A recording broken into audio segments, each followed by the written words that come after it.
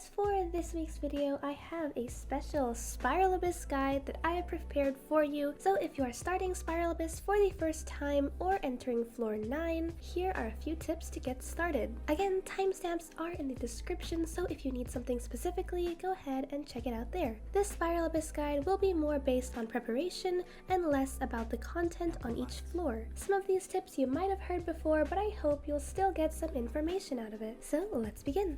Just for a little background information, Spiral Abyss is located right here in Musgrave. You can teleport to it once you've reached a certain adventure rank and get started with the floors. There are a total of 12 floors and each floor has 3 chambers. The goal is to try to get 3 stars on each chamber. From floors 1 to 8, those you only have to complete once, but for floors 9 to 12, those reset each month. Spiral's Abyss gives a lot of generous rewards, such as Mora, artifacts, and especially Primogems. Sometimes the enemies change based on the updates, but if you would like more information on Spiral Abyss enemies, I have some resources in the description. For the first 8 floors, these enemies have really low levels, so I'm pretty sure you'll be able to complete these without any challenges. All of the Spiral Abyss challenges are timed, so you will need to keep track of how long you're spending in each chamber. The first tip that I have when preparing is to make sure you know which enemies you're fighting and which characters you can use against them. You can click on opponent details when setting up your character menu, so you get the level and which enemy you're fighting. It shows it for each chamber, so you don't have to worry.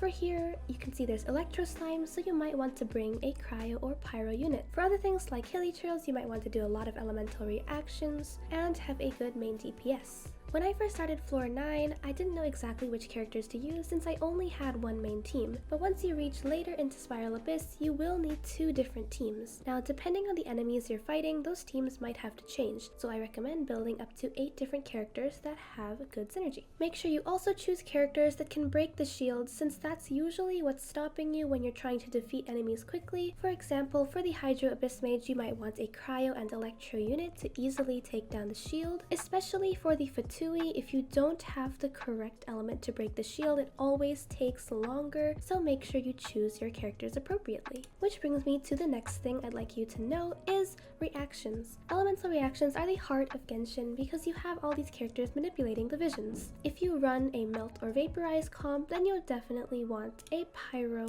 and a Hydro unit. One of my favorite reactions is Electro charged with a Swirl, so I'll bring a Hydro and Electro unit and with Animo to swirl it all together. Depending on which enemies you fight, you want to choose the right reactions. So if you have a bunch of enemies spread apart, you don't always want overload since that bounces back the enemies and it's harder to reach. For each floor, I recommend having at least 1 healer since you will need it throughout the different chambers. So if you want to build up 2 different healers for 2 different teams, that works too. If you have Bennett, I highly recommend building him, or if you don't have Bennett, you can always build Barbara, which she's for free, or other healers work as well. Try characters that have different purposes. Again, Bennett is a healer and a buffer, so he buffs your attacks based on his base attack. Xiangling is also really good for support since she is an off-field DPS, and Xingqiu as well if you're looking for some hydro effects on the enemies or if you're running a freeze comp. When you're building teams, something I'd also like to mention is don't underestimate your low-leveled characters.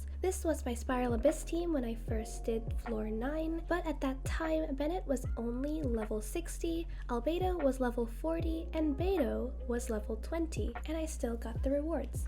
So even if your character is a low level, they could still be beneficial, especially for breaking down shields. Like if you want to use Amber, which I had Amber at level 16, but she managed to break down one of the Fatui's shields really quickly, and I was able to complete the challenge a lot faster. If you're worried about them losing HP quickly, you can always increase their flower artifact, or you can have a shield and a healer. As I said in one of my previous videos, always raise your weapon first. If you are looking to have a character with high damage, you want to invest in their weapon because their weapon is where most of the damage comes from. If you have a high level character with a level 1 weapon, it won't work since your base attack is coming from the weapon. So if it's possible, you can get your weapon to level 80 and ascended. If you don't have enough resources to get your weapon to level 90, then that is totally fine, but if it's an event weapon, you might want to take the chance and use the level up bonus. I save a lot of enhancement ores in case I get a weapon that I really want to raise.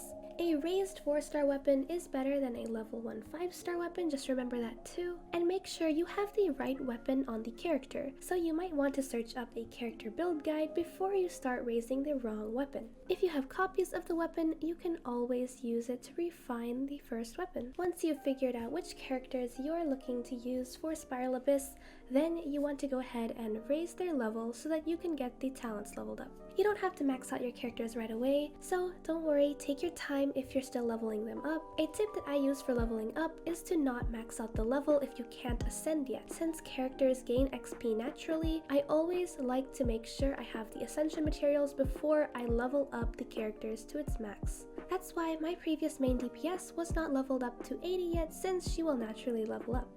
If you know which characters you're using, then you can go ahead build the talents. For my main DPS, you want to level up their normal attacks and probably their E skill if you use it often. And then for the supports, I recommend skipping the normal attacks and using their skill and burst. For Bennett, I prioritized his burst over everything else. It does get a little bit expensive over time when you're trying to level up, but trust me, the investment is worth it.